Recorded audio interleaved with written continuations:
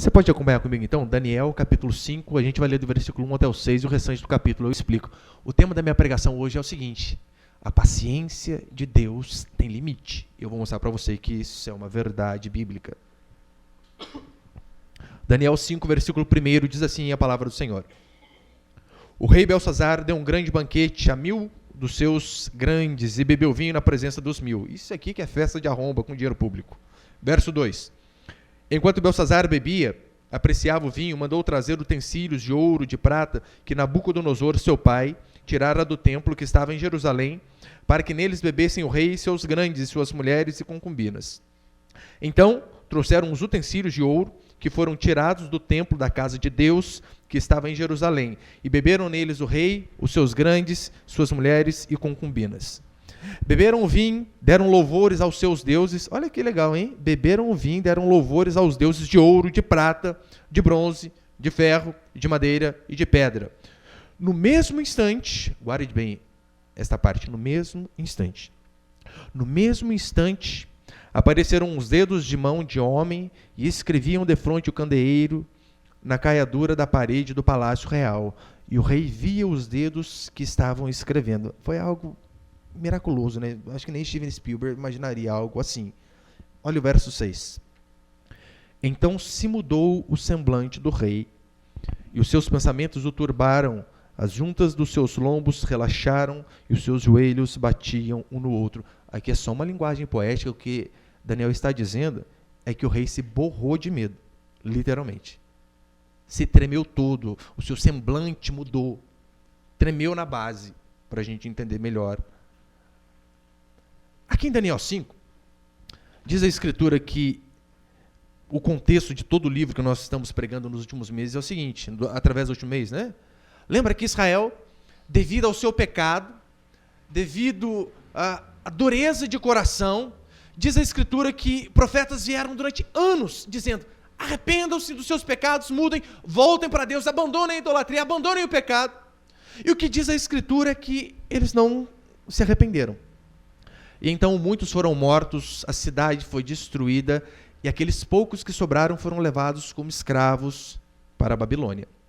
E aqui no capítulo 5, o rei Nabucodonosor, que eu preguei a semana passada, ele havia morrido, e o seu filho, Belsazar, começou a reinar no seu lugar. E começou o reinado assim como muitos governantes começam, né? Regado a festa, bebida, cachaça.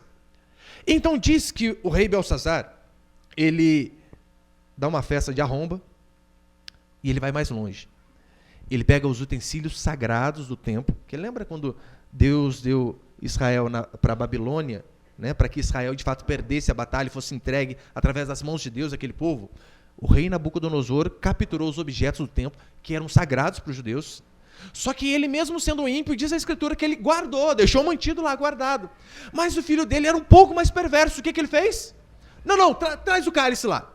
Traz esses objetos lá do templo. É sagrado para eles. Eu vou mostrar para eles que Deus não existe coisa nenhuma. E quem manda aqui sou eu. Então ele pega o cálice, pega as coisas e começa a beber naqueles objetos que eram sagrados para os judeus. E então, quando ele está fazendo isso, no auge da sua festa, diz a Escritura que aparece um dedo de mão escrevendo na parede. Mene, mene, tekel, parsim. Contado, pesado e dividido. E o rei se apavora. E o rei fica embasbacado. Então chama todos os sábios para que eles pudessem discernir aquilo que aquele dedo de Deus tinha escrito. E é claro, os sábios não sabiam a resposta. Novamente chamou Daniel, e Daniel então deu a resposta para aquilo ali. O que o rei estava dizendo, ele estava passando a seguinte mensagem: eu reino de forma absoluta. Eu é quem mando. Eu sou poderoso deste lugar. Quando ele estava usando aqueles objetos sagrados para profanar o nome de Deus, literalmente era isso que ele estava dizendo. E diz a Escritura que, no mesmo instante, no mesmo dia, ele perde o seu reino.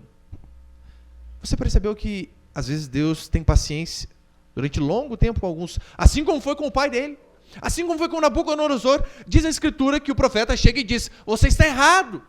Nabucodonosor leva 12 meses para se arrepender. E durante esses 12 meses, Deus tem paciência. Mas com Belsazar é diferente. Ele erra e no mesmo instante diz a Escritura que ele perde o reino. E para confirmar que isso de fato é verdade, nós podemos até acompanhar historicamente. Por exemplo, eu coloquei ali, né, Xenofonte e Heródoto.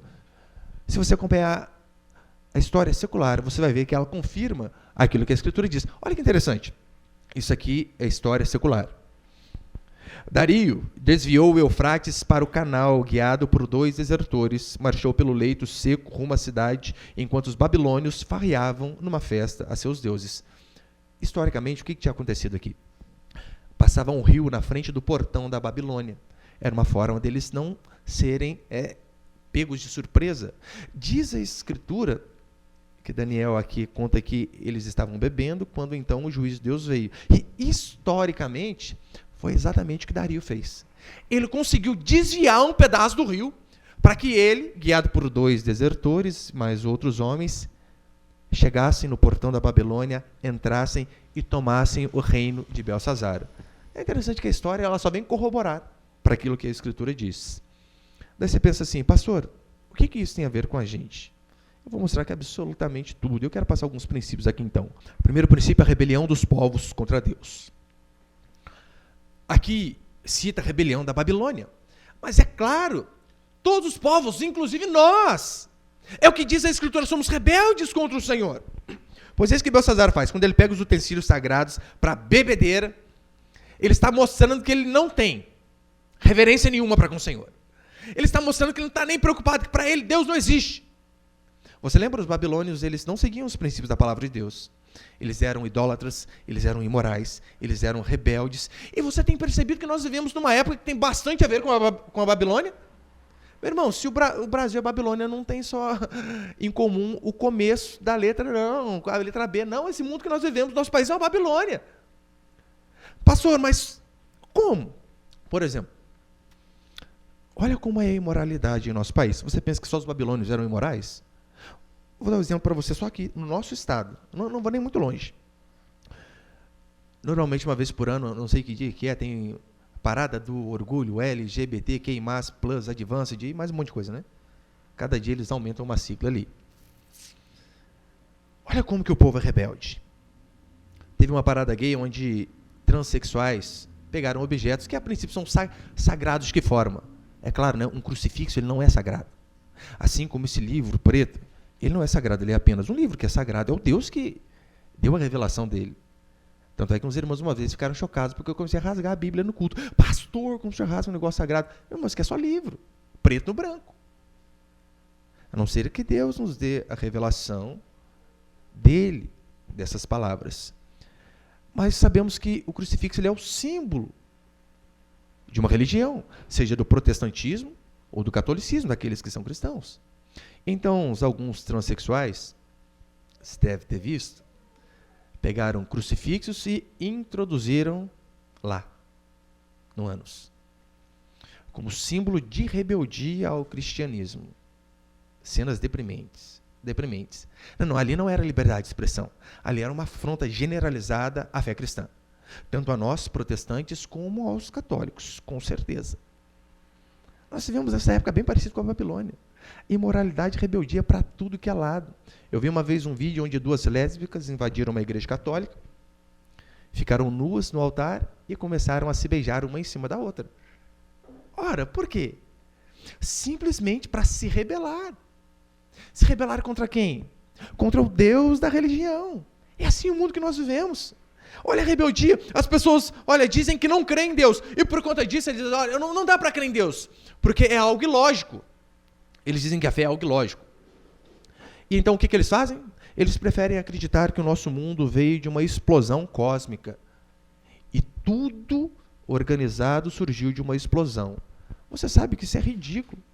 Uma vez eu conversava com meu filho de 8 anos, explicando para ele, filho, imagina que um caminhão no supermercado explode, e naquela explosão os elementos se misturam e formam um bolo. Pai, isso é louco? Essa é a imagem que todos nós temos. Mas eles dizem, não, a fé cristã é ilógica, mas eles preferem acreditar que o mundo veio de uma explosão, que nós somos descendentes dos macacos. Ao olhar para a Escritura, para o universo e ver um Deus inteligente. É por isso que o salmista ele diz assim, diz o insensato no seu coração. Insensato é o tolo. Diz o insensato no seu coração, não há Deus. Não existe. Quem que disse que não há Deus? O tolo. E sabe qual é a consequência? O salmista continua: corrompem-se e praticam a abominação, e já não há quem faça o bem. Qual que é a consequência lógica de você dizer que não há Deus? Ora, eu posso viver do jeito que eu quiser. Se não há punição para aqueles que fazem o mal, e não há recompensa para aqueles que fazem o bem, se não há um Deus, se não há o céu, não há o inferno, meu irmão, você pode sair com papagaio, periquito, mãe, pai, primo, parente, tem que se quiser. Mas é o que a Escritura diz o insensato no seu coração. Só que nós vivemos uma época onde as pessoas realmente têm se endoidado a cada dia mais. Elas dizem que creem em Deus, mas não frequentam a igreja. Por quê? Porque os homens são falhos. Você tem dúvida que o homem é falho? Você é falho. Eu sou falho. Todos nós somos falhos, diz a Escritura. Agora, você percebeu que em toda profissão tem picareta? Toda profissão. Tem o marceneiro picareta? Tem. O enfermeiro, o médico picareta. Esse tempo atrás eu assisti uma reportagem onde médicos, eles faziam cirurgia nas pessoas sem ter necessidade, simplesmente para ganhar uma porcentagem em cima da prótese que era colocada na pessoa. Você imagina? Isso é ser picareta demais. Eu estou totalmente contra o código de ética da medicina. Então a pessoa abria o ser humano, arriscando matá-lo, porque colocando a prótese ela ia ganhar uma porcentagem daquela empresa. Quando você vê um médico pilantra desse jeito, o que você faz?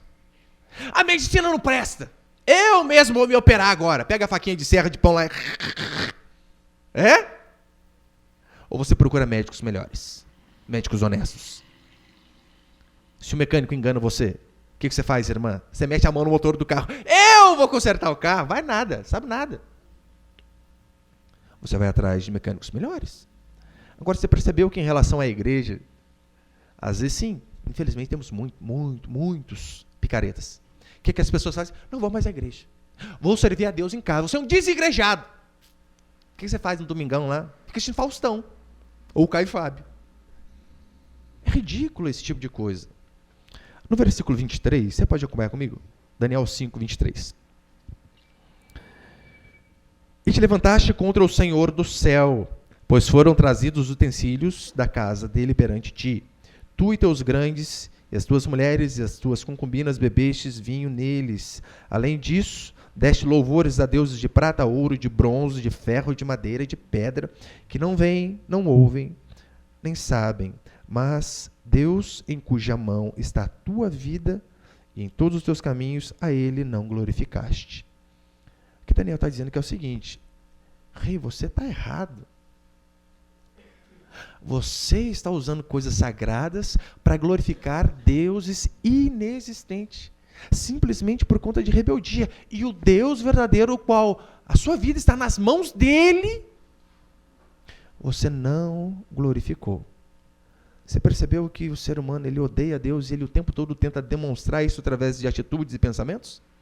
Todo argumento, meu irmão, filosófico, seja teológico, para não crer em Deus, é desculpa para viver no pecado. As pessoas que frequentam a igreja, que dizem, né, que não frequentam a igreja porque, olha, eu sirvo Deus em casa, é só desculpa para quê? Para viver no pecado. Porque, meu irmão, se não tem alguém te confrontando, se não tem um pastor, um líder, irmãos dizendo, isso aqui é errado, você pode fazer o que você quiser. Não, mas eu tenho a Bíblia. Mas calma aí, então por que você não segue, como diz Hebreus, não deixei de congregar? Como você toma a Santa Ceia, igual é o caso de hoje, primeiro domingo do mês, sozinho? Por que o ser humano odeia Deus? Porque Deus é bom. É por isso. E nós somos maus. Simplesmente por esse motivo. Por que o ser humano odeia Deus? Porque Deus diz assim, não peque. Isso aí vai totalmente contra a natureza do ser humano. O que o ser humano quer fazer a cada dia mais é pecar. Então, quando ele acha um Deus que diz, não faça isto aqui, pare de pecar, não vá por esse caminho, o que ele faz? Ele não quer a Deus, porque ele quer viver do seu jeito. Aqui Daniel disse a Belsazzar, né? Você não pode dar desculpa, Belsazzar, porque você viu os feitos de Deus. Você foi criado no palácio. Provavelmente você tinha uma idade equiparada de Daniel. Você viu ele revelar o sonho do seu pai quando seu pai estava lá doido. Os magos não sabiam nada. O único que revelou o sonho do seu pai e a interpretação foi Daniel. Você viu o seu pai jogando 3 servos de Deus da fornalha. E mesmo assim, vendo que eles foram jogados lá e saíram sem nenhum cabelinho queimado. Você não se dobrou. Ou seja, você tem culpa. Você tem culpa. Portanto, você não pode, meu irmão e minha irmã, alegar ignorância. Ah, não, mas eu não conheço Deus de verdade. Conhece. Ainda que você nunca tenha lido a Bíblia por inteiro. Ainda que você tenha pouco tempo de cristão. Ainda que você seja um ateu. Você não pode negar a existência de Deus. Basta você apenas usar um pouco do seu cérebro e olhar para esse universo organizado. E olhar para as estrelas, para o mar, para a natureza. Paulo diz assim em Romanos 1:21. Porquanto, tendo conhecimento de Deus, não glorificaram como Deus, nem lhe deram graças. Esse é o ser humano. Esse é o ser humano. Tendo conhecimento de Deus, não glorificaram, nem lhe deram graças. Antes, se tornaram nulos em seus próprios raciocínios. É uma linguagem bonita, mas está dizendo o seguinte. O ser humano resolveu se emburrecer. Se tornar nulo em seu raciocínio. Ou seja, não pensar. Vocês são cegos, não porque vocês nasceram cegos, mas porque vocês decidiram furar os seus olhos. É isso que a Escritura diz. E Paulo ainda diz isto, que os atributos invisíveis de Deus. Olha que interessante. Pastor, como que eu vejo a Deus? Paulo explica. Os atributos invisíveis de Deus, o seu eterno poder, a sua divindade, claramente são conhecidas por meio das coisas que foram criadas. Tais homens são, por isso, indesculpáveis. Você tem a obrigação de enxergar Deus em todos os lugares. Você tem a obrigação de olhar para o espelho e saber. Mas calma aí, como que pode? Um esperma, um negocinho cabeçudinho, que não dá nem para ver? Saiu eu! Como? Meu irmão, mas tem que ser muito, muito ateu demais, ter muita fé para acreditar que nós viemos do nada. O rei pensou que ele tinha vencido Deus quando ele então pega aquele símbolo do templo e profana o nome do Senhor. Mal ele sabia que Deus vence todas as batalhas, ainda aquelas que aparentemente parece que ele está perdendo. É o que aconteceu com o povo de Israel. Não foi a Babilônia que venceu o povo de Deus, não. Foi Deus entregando o próprio povo para que o povo fosse subjugado. Ou seja, o povo pecou. O que Deus fez? Ah, é? Vou levantar um povo tirano para acabar com vocês. Então Deus entrega a eles na mão dos babilônios. Deus não perde, meu irmão. Deus não perde. A crucificação do Filho de Deus foi vitória. Por mais que o diabo estava pensando ali, agora eu acabei com ele. Você imagina a cabeça do diabo? Rapaz, eu consegui fazer a cabeça lá do Judas. Eu consegui fazer Pedro negá-lo. Agora eu vou matar o autor da vida. Acabou, venci. Uma vez eu sei que não existe essa palavra, mas vi um pastor que ele falou uma palavra pertinente. Normalmente ratos são pegos em ratoeira. E o pastor usou a seguinte ilustração, olha, de fato a cruz foi uma sataneira. Foi uma armadilha para Deus acabar e aniquilar de vez com os feitos de Satanás. Porque através da morte de Cristo, nós temos vida. Ou seja, quando ele pensou que ele estava vencendo, foi a pior derrota que ele teve. E você pode ter certeza, toda vez que aparecer um indivíduo assim como Belsazar, assim como você, como eu, toda vez que aparecer um movimento, uma nação, qualquer pessoa que esteja lutando contra Deus, mais cedo ou mais tarde, você vai ver os dedos de Deus escrevendo na parede assim, perdeu, acabou. É assim em toda a história da civilização humana. Foi assim com o comunismo. Olha uma das frases de Karl Marx. A religião é o ópio do povo. Ópio é um tipo de droga. O que ele está dizendo é o seguinte. A religião é uma droga. Ela deixa as pessoas meio lelé da cuca. Fazem as pessoas viverem no mundo irreal. Será? Karl Marx morreu e o cristianismo está aí até hoje. Alguns historiadores dizem que a queda do Império Romano foi basicamente por 2 motivos. Sabe qual? Aumento sistemático do divórcio. E, em segundo, o amor pelos prazeres. Você percebeu que é a base imoral contra a fé cristã levou à queda do Império Romano? É sempre assim. Povos que se levantam contra Deus, pessoas que se levantam contra Deus em rebeldia, mais cedo ou mais tarde, caem. O mundo atual não mudou, continua desse jeito. Continua da mesma forma. Todos aqueles que tentam colocar Deus de lado e viver a sua maneira, mais cedo ou mais tarde eles caem. Mais cedo ou mais tarde é demonstrado que aquilo que eles achavam que era o certo, não dava certo coisa alguma. Meu irmão, olha, um dos caras mais geniais que talvez já pesou nesse mundo seja Platão. Se ele escrevesse durante toda a sua vida só o mito da caverna, ele poderia parar a sua carreira por aí. Mas até um dos maiores gênios da filosofia, um dos maiores gênios que já pisou nesse mundo aqui, o cara era um jumento para determinadas coisas. Tanto é, sabe qual que era a ideia dele? Ele dizia que o Estado deveria educar as nossas crianças e não as famílias. Não é isso que nós vemos acontecendo hoje? Quem que educa as nossas crianças? É a creche com 2 anos? É a escola com 7? É a faculdade com 20? Olha a geração de adolescentes que nós estamos escolhendo. A pior safra de adolescente que talvez esse mundo já produziu. Sem sombra de dúvida. Eles dizem nada de igreja, vamos deixar que os intelectuais ensinem os nossos filhos. E como que eles ensinam os nossos filhos? Conversa. Esse dia minha esposa mandou uma fotinha para mim, achei muito interessante, né? A diferença da mãe raiz para a mãe Nutella. Respondeu para a mãe. A mãe Nutella o que faz? Conversa. Psicólogo, a mãe raiz, chinelo. Brigou com o irmão. A mãe Nutella, terapia ocupacional entre família. A mãe raiz, chinelo. Era sempre assim. Chinelo, chinelo, chinelo. Eles tentam dizer isso. Olha, você precisa conversar mais. Não diga não para os seus filhos, que isso pode traumatizá-los. Meu irmão, olha a degradação familiar que nós temos vivido. Você acha que realmente essa educação deles funciona? Em detrimento daquilo que a Escritura diz? Não há respeito mais nenhum com os pais. Tem pessoas que chamam pai e mãe de velho. E aí, velho? Meu irmão, o dia meus filhos falar isso aí para mim, véio, Jesus amado, vocês ouvem aí, moleque, hein? Tá gravado. Mas toma um tapa suriano no meio da boca. Não tem respeito nenhum. A coisa mais rara do mundo é um filho chamar o pai e a mãe de senhor e senhora. Quando você ouve, chama, nossa, parece que você está na idade, voltando lá na década de 70. O quê? Chama a mãe de senhora. O que seria a coisa mais normal? É o mínimo de respeito. Ai, pastor, mas eu estou preocupado com o amor do meu filho. Meu filho tem que me amar. Meu irmão e minha irmã, não se preocupe com isso. O seu filho não tem que te amar. Em primeiro lugar, ele precisa respeitar a você. Porque o amor vem como consequência do respeito. Eu não estou preocupado se meus filhos me amam, não estou mesmo. Eu estou preocupado se eles me respeitam.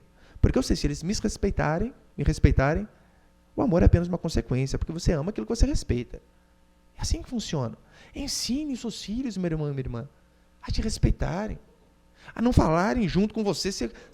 Pai e mãe começou a falar, é aquele velho ditado, né? Quando o burro mais velho fala, o burro mais novo abaixa a orelha. Não tem que falar junto. Tem que ficar quieto. É senhor, senhora, sim senhor, sim senhora. Acabou. Olha para você ver a safra de adolescente mimizento que a gente está colhendo. Misericórdia.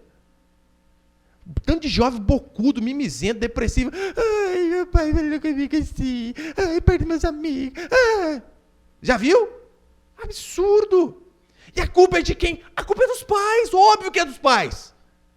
Pais frouxos, que deixam os filhos, crianças e adolescentes decidirem tudo. Uma vez teve um casal que saiu da nossa igreja, e o filhinho deles tinha 5 anos. 5. Eles vieram de uma igreja que tinha apóstolo, pastora. Rapaz, pensa numa heresia nível hard. Não, pastor, a gente viu, estava tudo errado. Amém, ficaram acho que 2 meses na igreja. E pararam de vir, eu fui visitá-los, falei, irmãos, o que aconteceu? Vocês saíram de novo. Pastor, é que meu filho falou que ele gostava mais da outra igreja.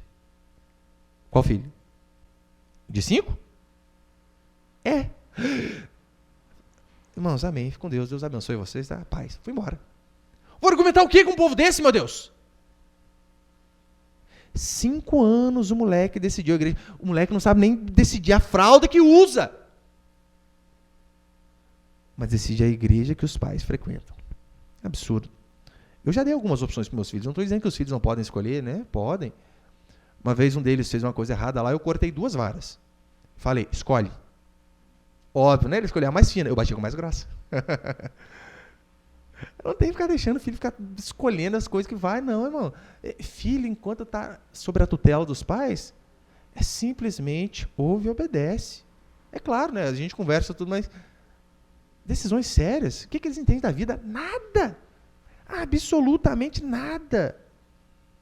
Pode ter certeza, quanto mais eu e você nos afastamos dos princípios da palavra, e, por exemplo, a repreensão física é um princípio da palavra. Quanto mais nós nos afastamos, piores frutos nós vamos colher. Mas segundo, é interessante como nós lemos aqui que o rei perdeu o reino e morreu no mesmo dia. Mas não foi no primeiro erro. Não foi no primeiro erro. Deus teve muita paciência antes. Deus teve muita paciência com Belsazar. Não foi o primeiro erro e pá, acabou com o cara. Não, ele foi criado no palácio. Ele viu Deus agir na vida do seu pai. Ele teve várias oportunidades de reconhecer que havia Deus. Que existia um Deus.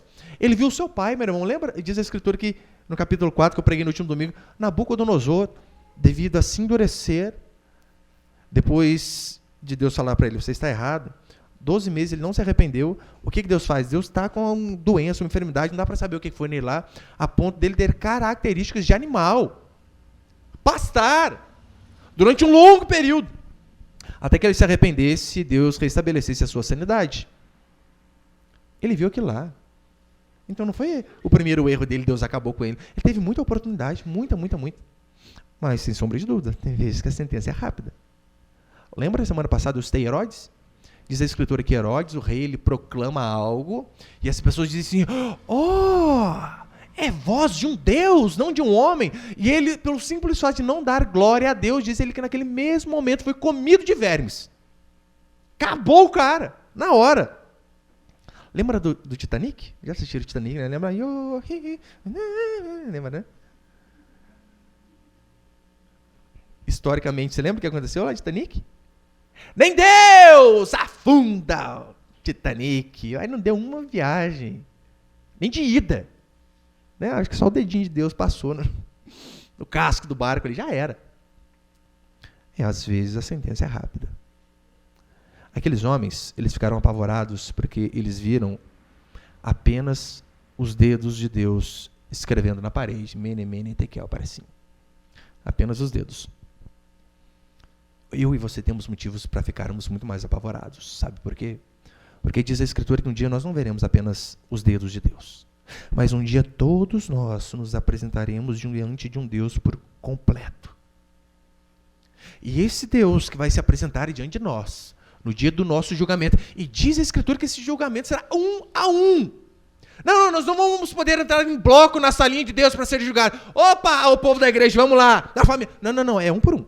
A senha, é você que vai agora. Nesse dia, Deus vai cobrar de nós, olha, o que vocês fizeram com as oportunidades que eu dei para você? Belsazar teve muitas. Ele viu o seu pai, ele viu a sua família, ele viu que havia um Deus daquele povo de Israel que chegou como escravo ali. O que eu e você fazemos com as oportunidades que Deus nos dá, meu irmão?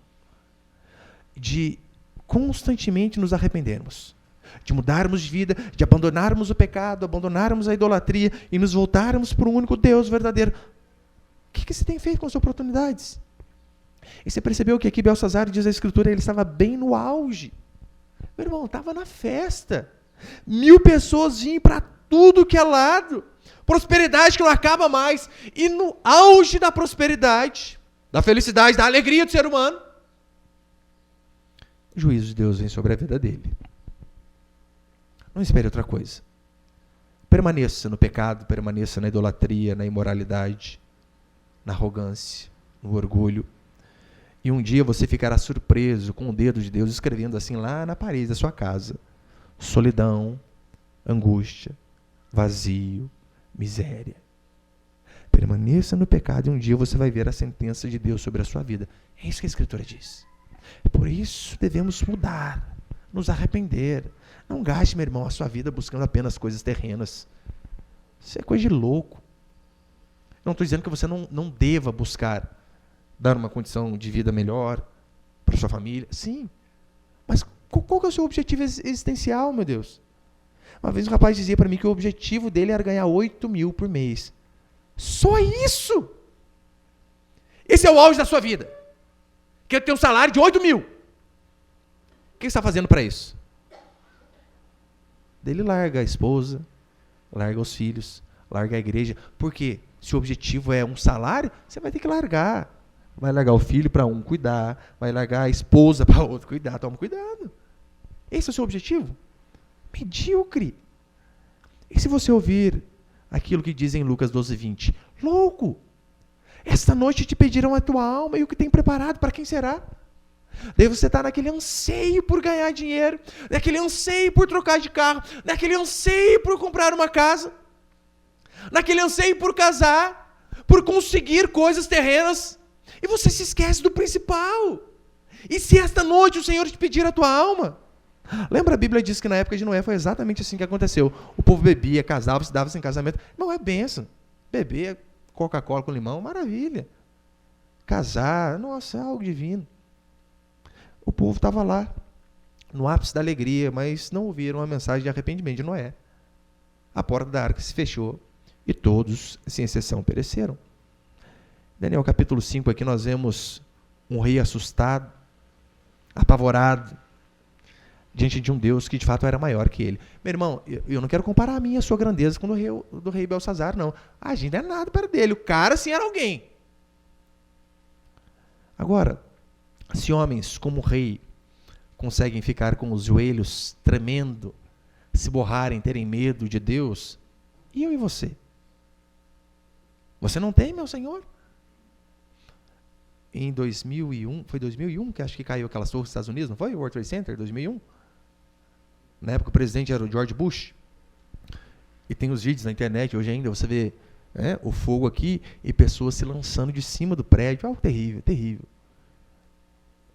O desespero era tão grande que as pessoas pulavam lá de cima para não morrer queimada. É óbvio que ia morrer também explodido lá embaixo. Mas uma das frases mais marcantes que eu ouvi nessa época aí do presidente, sabe qual foi? Ele vendo seus compatriotas se suicidarem. Ele disse assim: eu me senti impotente. Impotente. Você consegue imaginar o homem mais poderoso do mundo dizer essa frase? Me senti impotente. Ele não podia fazer nada. Se o homem mais poderoso do mundo se sentiu impotente diante de uma situação, e nós, meus irmãos? Para que o seu casamento persevere, você precisa de Deus, você é impotente. Você pode ser a mulher mais bonita do mundo. Um dia a idade chega, a lei da gravidade faz as coisas caírem. Você pode ser o cara mais lindo do mundo. Não adianta, a idade vai te fazer ficar feio. Você pode ter dinheiro, o dinheiro pode ir embora. Eu e você precisamos reconhecer que nós precisamos de Deus sempre. Terceiro,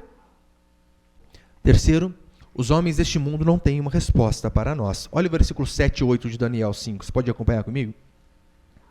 7 e 8 de Daniel 5. O rei ordenou em alta voz que se introduzissem os encantadores, os caldeus e os feiticeiros. Falou o rei e disse aos sábios da Babilônia: qualquer que ler essa escritura e me declarar a sua interpretação será vestido de púrpura. Pastor, o que é isso? Eram das roupas mais caras da época. Vestido de púrpura, trará uma cadeia de ouro ao pescoço e será o terceiro no meu reinado. Então entraram todos os sábios do rei, mas não puderam ler a escritura nem fazer saber ao rei a sua interpretação. Mais uma vez, a história é a mesma do capítulo 2. Os homens desse mundo não têm a resposta que eu e você precisamos. Não tem. Os homens deste mundo não conseguem tirar a angústia do coração do ser humano. As religiões que esse mundo oferece não conseguem, de forma alguma, tirar a angústia do coração do ser humano. É por isso que quando Jesus diz assim, olha, eu sou o caminho, singular, né? Vários caminhos podem levar a Roma, mas a Cristo diz, a Deus, a Bíblia diz que é somente através de Cristo. Então, eu não quero ser polêmico, eu não quero ofender outras religiões, não quero fazer isso. Eu só quero proclamar a verdade, o que a Bíblia diz. É que somente Jesus Cristo, meu irmão, pode tirar a sua angústia. Você pode rodar para tudo que é lugar. Essas religiões não podem. Você acha que o budismo, por exemplo, pode tirar a sua angústia? Não pode. Sabe qual é o alvo do budismo? Isso aqui é a definição deles. Atingir o nirvana. O que é o nirvana? A banda de rock, pastor? Não, não é. O que é atingir o nirvana? A definição deles é a seguinte: um termo de definição praticamente impossível, pela simples razão que o próprio Buda nunca forneceu uma conceituação clara desse estado. Provavelmente ele mesmo também não possuía uma ideia clara dele. Você tem que alcançar o nirvana. O que é isso? Não sei. Buda, o que é? Não sei também, nunca cheguei lá. Mas tem que alcançar. Como que você coloca a esperança num troço desse? Como que você coloca a esperança no espiritismo? Que na verdade parece mais o Pokémon da fé. Você vai evoluindo, não é? É assim que faz. Você evolui, evolui, evolui. Como colocar a esperança no catolicismo? Como colocar a esperança, meu irmão, numa imagem? Como você vai pedir para uma imagem, como diz a Escritura, que não olha, que não pega, que não tateia, que não cheira, não faz nada? Fala assim, não é muita incredulidade. Meu irmão, eu falo para você que eu trabalhei muitos anos da minha vida com isso. E eu vendia tintas para fábricas que faziam imagem e vendi imagem durante muitos anos. Era impressionante. Às vezes eu chegava na fabriqueta do cara lá, tá o cara fazendo a santa. Cigarrão na boca e a pinga do lado. Mas, né, depois aquilo lá que ele fazia com aquela mão tudo suja de pinga de cigarro, coçando lá. Ah, não, daí colocava lá na igreja, algo sagrado. Pode pedir que vai atender. Fala, isso não é insanidade um negócio desse. Fala, isso não é loucura um negócio desse daí. Olha para o hinduísmo, meu irmão. O hinduísmo adora vaca. Eu também adoro vaca. No churrasco. Na grelha é uma maravilha.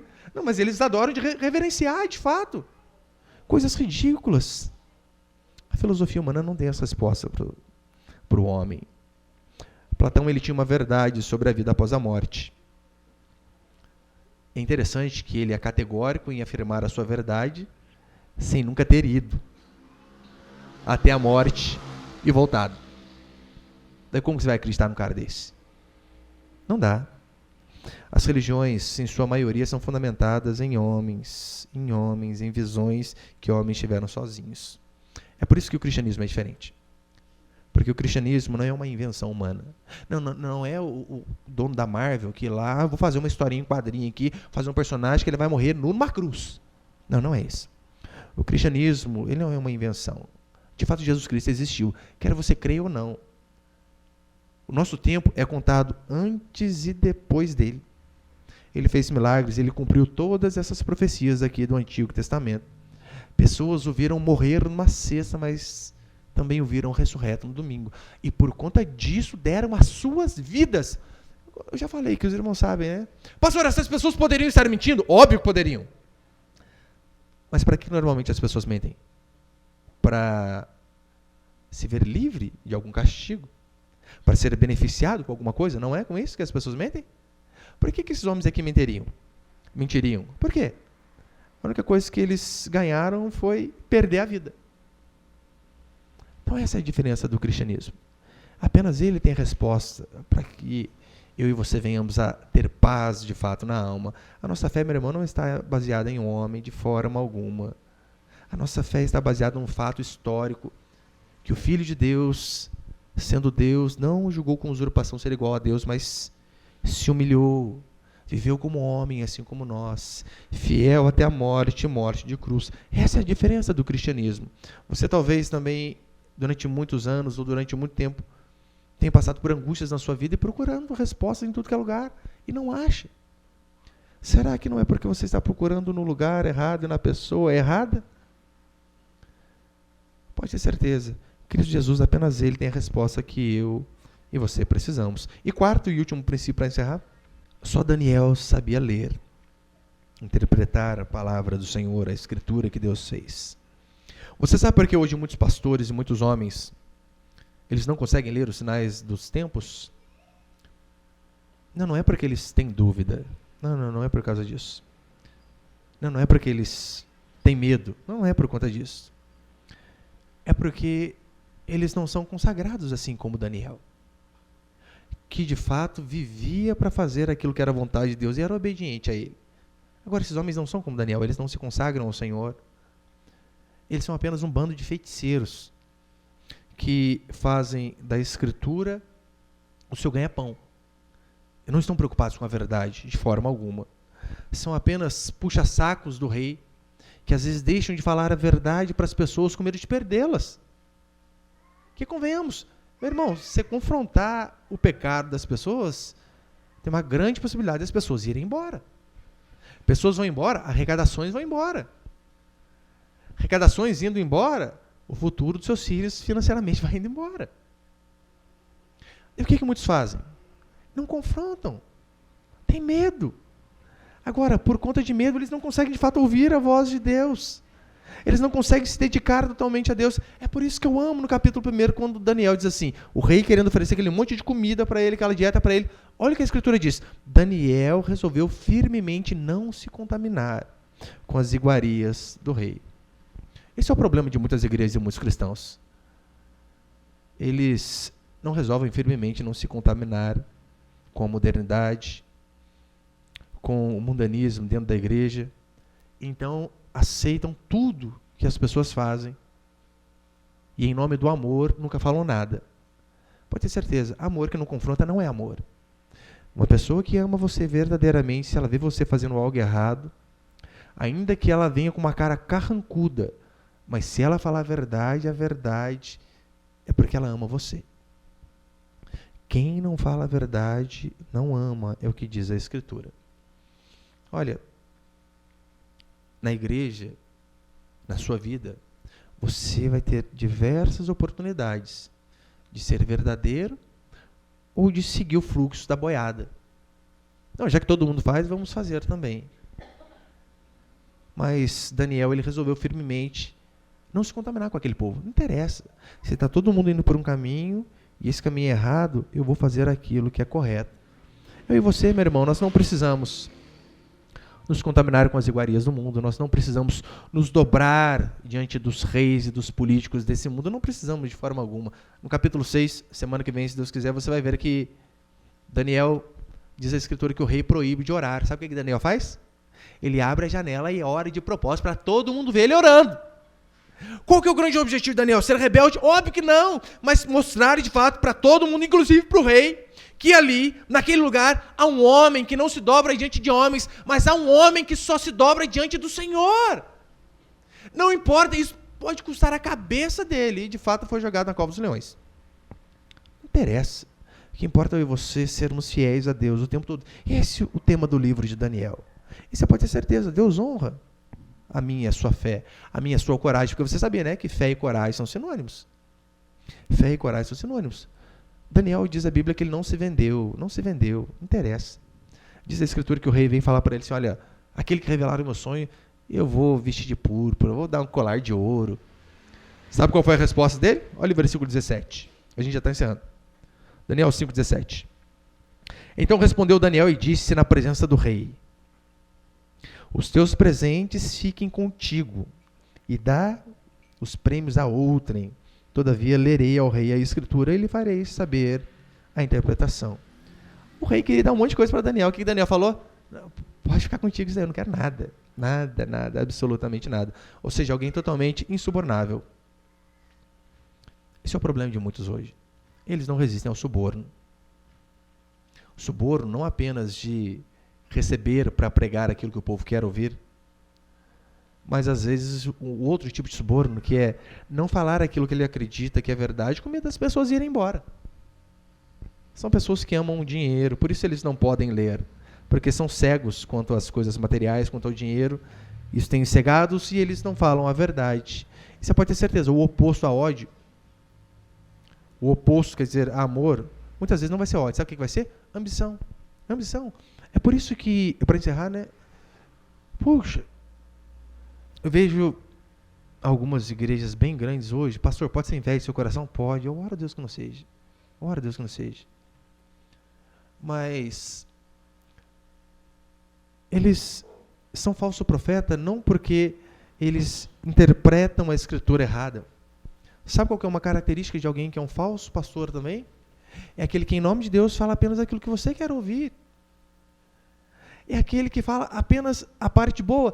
Lembra qual que é a pregação? Arrependei-vos, porque está próximo o reino dos céus. Tem essas duas mensagens. Devemos pregar sobre o reino dos céus? É óbvio. Mas essa mensagem vem depois do arrependimento. Você percebeu o quanto de ênfase é dado apenas à parte B? Ao reino dos céus?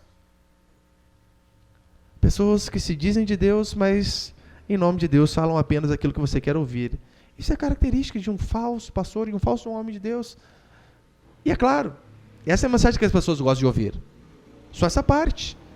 Olha, a bênção de pregarmos de forma expositiva, assim como eu tenho me esforçado, uma que não foi eu que inventei isso aqui. Historicamente, os grandes homens de Deus fizeram isso aí. Eles pegavam a Bíblia e vinham parte por parte, assim como estou me esforçando para fazer com o livro de Daniel, assim como Romanos, mais de um ano já pregando Romanos. É porque assim eu não tenho que escolher um tema agradável a você. Eu tenho que ler a Escritura e saber, é isso que a palavra diz e isso aqui tem que ser pregado. Não tem tanta dificuldade, então, que o tema já está ali. E para encerrar, diz a Escritura que Daniel, e não foi chamado para a festa. Que coisa, hein? O cara ajudou o pai do rei. O cara era conhecido. Daniel não era um plebeu da vida, não. Daniel tinha uma posição ali no reino. Daí o rei vai faz um festão e faz o quê? Não chama Daniel, não lembra dele. Que coisa. Não é ruim quando acontece isso com a gente? Não chama o seu aniversário. Ai, meu Deus, como faz isso? Não chamaram Daniel para a parte boa da festa, não. E às vezes acontece isso. Por exemplo, como pastor, muito, né? Às vezes no dia da parte boa, eu não lembro. Mas no dia que o pau está quebrando em casa, pastor, me ajuda. Você acha que eu fico triste? Fico nada. Eu louvo a Deus porque na hora da dificuldade eles lembram que eu posso ajudar de alguma forma. Porque Daniel foi acionado justamente na hora que o pau estava quebrando. Na festa esqueceram. Eu não estou dizendo, meu irmão, não vai esquecer de mim nas festas não, por favor, hein? Aniversário, comunhão, sua casa, café da manhã, da tarde, pelo amor, me chama. A agenda está aberta. Mas, via de regra, a gente é lembrado às vezes, mas na parte ruim mesmo. Na prosperidade, às vezes não se lembra. E às vezes vai ser assim com você também. Se você for fiel a Deus, talvez lá no seu trabalho, no dia das coisas boas, não vão chamar você. Mas no dia que o fulano lá estiver passando por um arranca-rabo na família dele, estiver desempregado, com pai, mãe doente, sabe de quem vai lembrar? Ele vai lembrar do crente, vai lembrar de você. E você não tem que ficar triste por conta disso. Tem que lembrar, olha para você ver. Pô, eu estou igual o Daniel, na parte boa eu não lembro de mim, mas na hora da angústia me lembro. Então eu vou lá, eu vou ajudar da melhor maneira possível. Então quando tiver alguém angustiado lá, seja esse instrumento de bênção também. Não se dobre diante deste mundo, então você vai ser diferente. E na hora da angústia eles vão lembrar de você. E que de fato o Senhor nos dê a graça e coragem para sermos fiéis o tempo todo, não nos dobrarmos diante dos homens e principalmente desses prazeres que o mundo oferece. Que o Senhor nos dê a graça de sempre continuar com a integridade de Daniel, de Sadraque, Mesaque e Abednego. Eram pessoas que mesmo sabendo que podiam perder grandes coisas, inclusive a vida, eles não se dobravam porque o objetivo de suas vidas era ser fiel a Deus. E que nós possamos colocar de fato isso como objetivo. Fidelidade a Deus acima de todas as coisas, acima até mesmo da nossa vida. Amém, meus irmãos?